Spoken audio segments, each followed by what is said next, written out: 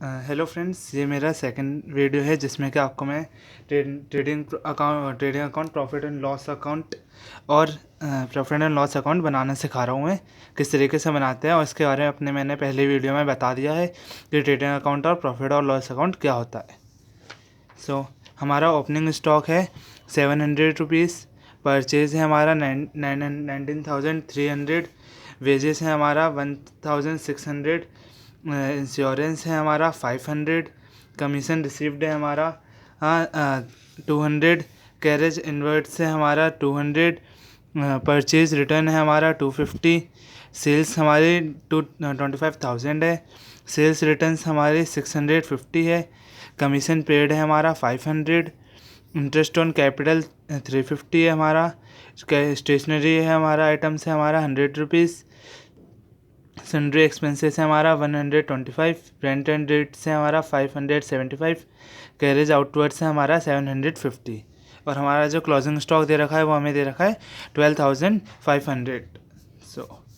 हम बनाते हैं अपना, पहले ट्रेडिंग अकाउंट बनाते हैं। पहले हम लिखेंगे अपना, हमारा जो है सबसे पहली चीज़ क्या है हमारी ओपनिंग स्टॉक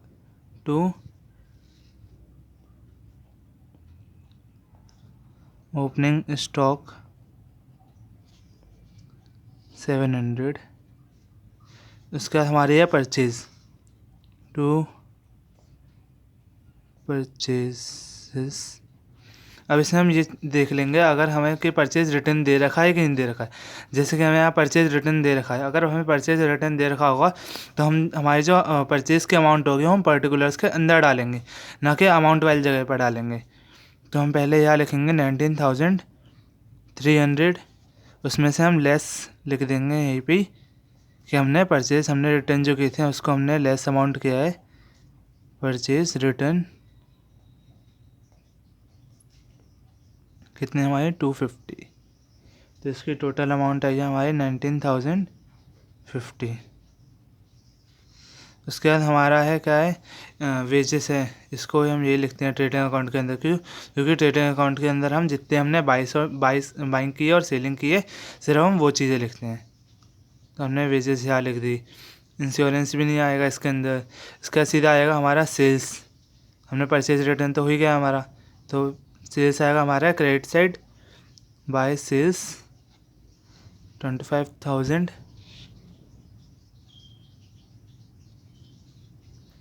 और इसमें से हम लेस कर देंगे सेल्स रिटर्न्स। जैसे कि मैंने आपको यहाँ दिखाया था ही कि परचेज रिटर्न में जैसे हमने किया वैसे हम सेल्स रिटर्न और सेल्स में भी करेंगे। इसकी अमाउंट आई है हमारी 24,350। उसके बाद हमारे पास और कुछ चीज़ है नहीं ऐसी। इसके बाद हमारा आया सीधे कैरेज इन्वर्ट्स भी आता है हमारे इसी के अंदर। तो कैरेज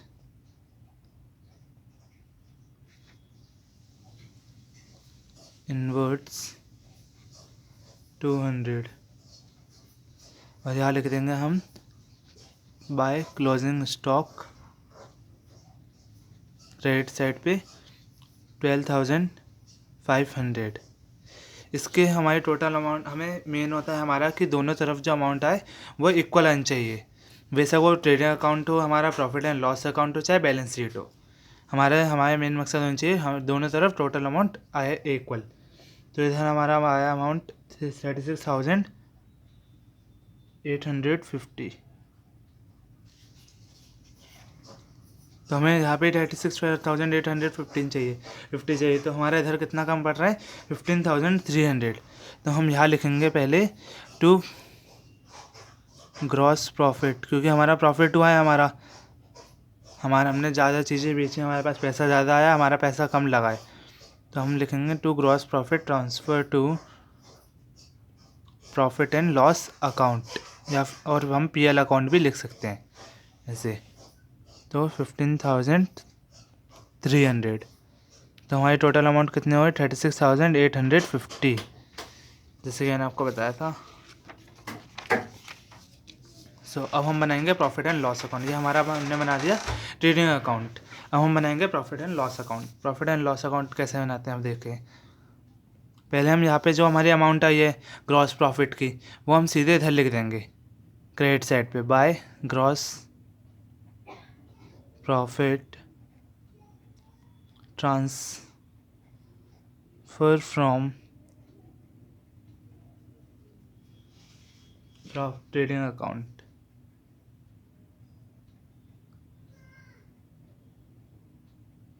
अमाउंट कितनी थी? 15,300। ठीक है। सो अब हम जो भी हमारे बाकी डिटेल्स रह गई थी अब हम इसे डालेंगे टू इंश्योरेंस।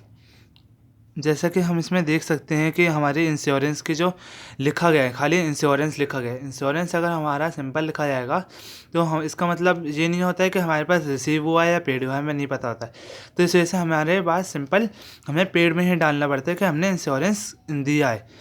तो हमारे इस केस से हमारा अमाउंट डालनी पड़ेगी 500 रुपीज़।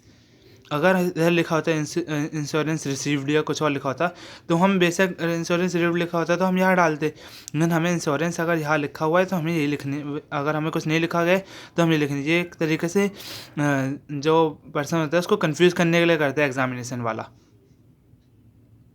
उसके बाद हमारा आ जाएगा कमीशन हमें देनी पड़ी है तो हम वो लिखेंगे कमीशन पेड। सिर्फ इसमें हम कमीशन लिखेंगे, सॉरी कमीशन पेड ऐसे पूरा नहीं लिखते हैं, खाली कमीशन लिखेंगे 500 रुपीज़। हमारा यहाँ कमीशन रिसीव्ड हुआ है तो हम यहाँ लिखेंगे बाय कमीशन।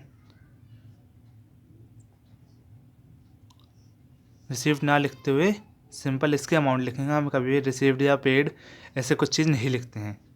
उसके बाद हमारा आ जाएगा interest on capital to interest on capital 350। उसके बाद आ गया हमारा स्टेशनरी का जितने भी आइटम्स हो गए वो हमारा इसी के अंदर आ जाएगा टू स्टेशनरी 100 रुपीज़। उसके बाद हमारा क्या है, हमारा सन्ड्री एक्सपेंसेस, वही हमारा इसी के अंदर आ जाएगा क्योंकि हमें अपने पैसे लगाने पड़े थे इन सब चीज़ों में भी। 125 to rent and rates 575, sorry it's 575 to carriage